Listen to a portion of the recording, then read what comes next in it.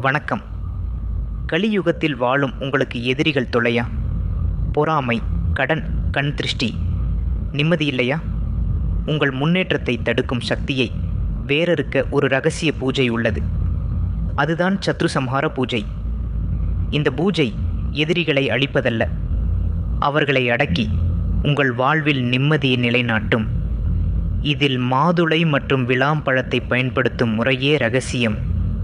உங்கள் கர்ம வினையை நீக்கி வெற்றியை உறுதி செய்யும் சக்தி இதில் உள்ளது.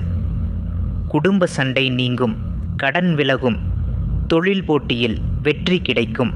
நீங்கள் எப்போதும் ஒரு பாதுகாப்பு கவசத்துக்குள் இருப்பீர்கள். ஆனால் இந்த பூஜையை செய்ய தனிப்பட்ட வழிகாட்டுதல் மிக அவசியம்.